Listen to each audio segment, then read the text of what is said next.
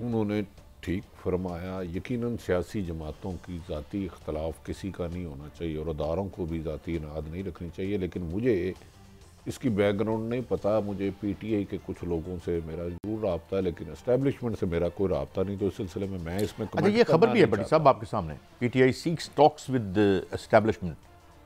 देखिए, मैं उस तरफ जा ही नहीं रहा 1 साल से, तो मुझे नहीं पता। अगर ये खबर है, यकीनन को रिपोर्टर क्रेडिबल है, वो अच्छा रिपोर्टर होगा, उसकी खबर ठीक होगी। तो वैसे भी अदारे तो सारे हमारे हैं ना, बिल्कुल अदारे कोई भी अदारा है वो इसी मुल्क के मरीख से थोड़ा आते हैं, आपकी फैमिली के, मेरी फैमिली के। तो अदारों से तो टकराव बनना भी नहीं चाहिए और किसी भी सूरत होना भी नहीं चाहिए, और अदारों को भी हमेशा न्यूट्रल रहना चाहिए। काई साहब, जिस दिन आपने इंसाफ की फराहमी यकीनी कर दी, सियासी इस्तेकाम भी आएगा, माशी इस्तेकाम भी आएगा। याद रख लें, ना इंसाफ़ी के होते हुए कुछ बेहतरी नहीं होगी। अगर गौहर साहब कह रहे हैं वो इनके चेयरमैन है, गो के अब शायद चेयरमैन भी नहीं रहे, अब पता नहीं क्या, एक दिन कोई चेयरमैन होता, दूसरे दिन चेयरमैन नहीं होता। ये होता वो नहीं होता, जो होता वो क्यों होता, तो जो होता वो होता ही नहीं है, जो होना चाहिए वो क्यों नहीं होता। कई समझ नहीं आ रही आजकल, कुछ कंफ्यूज हूँ। अच्छा, वैसे एक और भी है कि इलेक्शन कमीशन को अगर एतराज़ है, अभी तो इलेक्शन में बड़े दिन हैं, पड़े हुए हैं कोई, तो इनको कहें दोबारा इलेक्शन करवा लें और जाके खुद मॉनिटर कर ले इलेक्शन कमीशन उसको।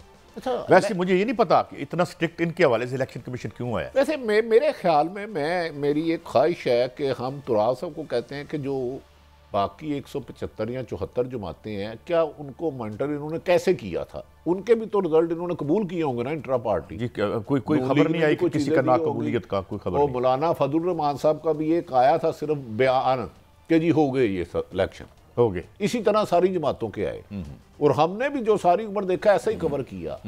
अब एतराज़ात करना और 6 महीने या 3 महीने किसी चीज़ को अनाउंस ना करना और फिर शेड्यूल के बाद इंतज़ार करना और फिर ऐसा करना, बादिउल नज़र में तरीके इंसाफ के जो खदशात हैं वो बादिउल नज़र में कुछ दुरुस्त साबित होते हैं हालात के मुताबिक।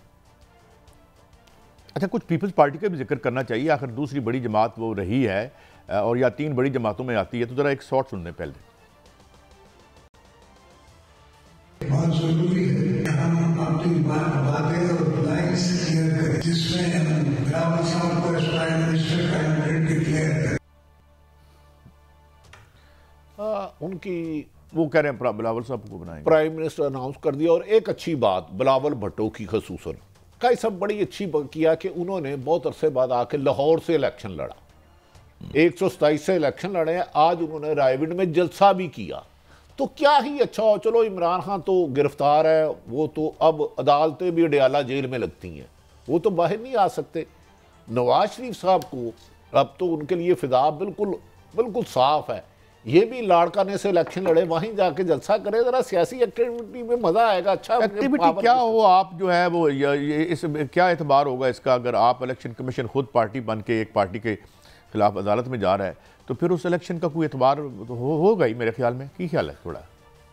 अच्छा काजी साहब, डू यू थिंक कि अगर बिलावल भुट्टो साहब वज़ीर आज़म हो जाते हैं, ये तो वोटर फैसला करेंगे ना, इलेक्शन डे करेगा, और मरियम नवाज साहबा पंजाब में वज़ीर आला हो जाती हैं, तो इनकी जमात में रज़ा रबानी जैसे ख्वाजा आसफ साहब, ख्वाजा साहब बड़े बड़े सीनियर लोग हैं, तो ये क्या नई जनरेशन को पुश करते हैं कि आगे चले, अपनी फैमिली के लोगों को? वैसे तो अगर आप देखें तो पीपल्स पार्टी भी जो है वो राजा परवेज़ अशरफ साहब को बनाया, फिर गिलानी साहब को भी बनाया उन्होंने, लेकिन ये है कि बाई एंड लार्ज आपका टेक ठीक है। यहाँ पे बिल्कुल डायनेस्टी और फैमिली और गद्दी नशीनी चलती है। नहीं काई साहब, अच्छा ये बात बताएं कि गुजारिश ये है कि बिलावल ने लाहौर में इलेक्शन एक अच्छा स्टेप है, मैं इसे पॉजिटिव कहता हूँ कि एक आप नेशनल लेवल की पार्टी हैं, तो क्या अच्छा ना होता, या चलो इनको नून लीग को तो मेरा ख्याल है ये राहत मिल जाएगी कि दोबारा कागज जमा कराएं, तो डू यू थिंक अगर नवाज शरीफ साहब मोहतरम लाड़काना से इलेक्शन लड़ते हैं या नवाब शाह से लड़ते हैं, तो सियासी एक्टिविटी ज़्यादा गर्मा गर्मी होगी, ज़्यादा अच्छा लगेगा, जमहूरियत ज़्यादा जवान होगी। मैं जमहूरियत के मफाद में और उसके मुस्तकबिल की खातिर मैं आपको एक शॉट और सुनवाता हूँ। पाकिस्तान पीपल्स पार्टी किसानों और मजदूरों का नुमाइंदगी करते हैं, पीटीआई हो या मुस्लिम लीग नून, दोनों अशराफिया का नुमाइंदगी करते हैं। और उस वक्त जो ताकतवर लोग थे उनको ये सूट करता था कि पंजाब का रहनुमाई वही जमातें करें जो उनके अशराफिया का नुमाइंदगी करते हैं। अच्छा भट्टी साहब, सिर्फ अगर मैं 70 का इलेक्शन छोड़ दूँ जिसमें फजल हुसैन राई जैसे लोग भी आए, या जहांगीर बदर साहब एक मेहनत कश के बेटे थे, वो भी आए, उसके बाद जितने टिकट ये देते हैं और जो अंदरून सिंध टिकट हैं वो तो सारे वडेरों को मिलते हैं। अच्छा काई साहब, पहले मेरी रहनुमाई करें, आप जैसे साहिब इल्म से सीखने को भी मिलता है। अशराफिया कहते किसको है और आम शहरी और अशराफिया में फर्क क्या है? भट्टी साहब अंग्रेजी में कीड़े मकोड़े ना एक टेलीफोन कॉल पे डर जाते हैं, कोई बुला के डांट देता, कोई क्या कर देता। हमारी तो ऐसे अशराफिया का मतलब क्या है इसके, जरा थोड़ी सी जरा आम शहरियों के लिए बताएं। मैं आम शहरियों के लिए आपको बताता हूँ, अंग्रेजी में से एलीट कहते हैं। एलीट, एलीट, एक तो एलीट पुलिस है, ये वही लफ्ज है, लफ्ज वही है, स्पेलिंग वही है, वो एलीट फोर्स है जी। अच्छा, अशराफिया है। बात सर मैं आपको बता देता हूँ, जो लोग जिस मुल्क में ज़राए पैदावार पे काबिज़ होते हैं, ज़राए पैदावार 4 किस्म के होते हैं। एक आपकी ज़मीन है, इंडस्ट्री है, लेबर है और एंटरप्रेन्योर चौथा कहते होते हैं। अब उसकी जगह पे हम जो है वो चौथा सेक्टर हम जो है उसको नहीं कहते। अच्छा, अब ये इस पर जो इन ज़राए पर जो काबिज़ होते हैं, बैंक जिनके पास होते हैं, जुल्फ़िकार अली भुट्टो ने इनको डी नेशनलाइज़ किया था बैंकों को, बाद में ये प्राइवेटाइज हो गए थे। तो वो इशराफिया, उसको हम कहते हैं जिसके पास सारे ज़राए पैदावार जिसके पास हों। तो वो ये बोला जाता है, मैं ये लफ्ज़ कोई गाली नहीं है, माँ खुदा ना खास्ता, वो तो इशराफिया मतलब है जिनके पास बेपनाह वसाइल हो, बहुत ज्यादा पैसा हो। हाँ, तो माशाल्लाह जरदारी साहब भी तो फिर इशराफिया में ही है कि ये हमारी। अच्छा, एक मुझे इस इशराफिया की बात मैं आपसे पूछना चाहता हूँ कि माशाल्लाह मतलब है मुस्लिम लीग नून के लिए तो हर जगह मतलब है इस वक्त दामन और हाथ खुले हैं, तो ये कोई कैंपेन नज़र नहीं आ रही। जलालपुर जटा के बाद एक गालबन चूड़काना जिसे आप फरूखाबाद कहते हैं, वहाँ एक जलसा जोसा किया है इन्होंने शहबाज शरीफ साहब ने। काजी साहब देखें, इलेक्शन जो होगा नताज आएगा, जो जीतेगा हम उसको मुबारक देंगे। मैं जो आपको अपने हकीकी जो इन्फॉर्मेशन मैंने ली है, बज़ाहिर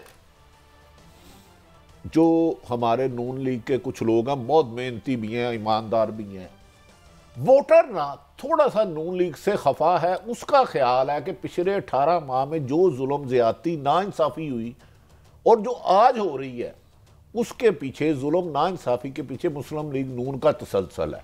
तो कैंडिडेटों को अपने हलके में जाना बहुत ज़्यादा दुश्वार हो रहा है।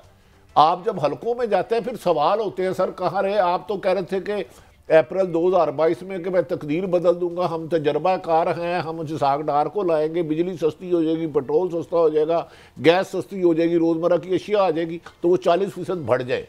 तो फिर आवाम सवाल करती है।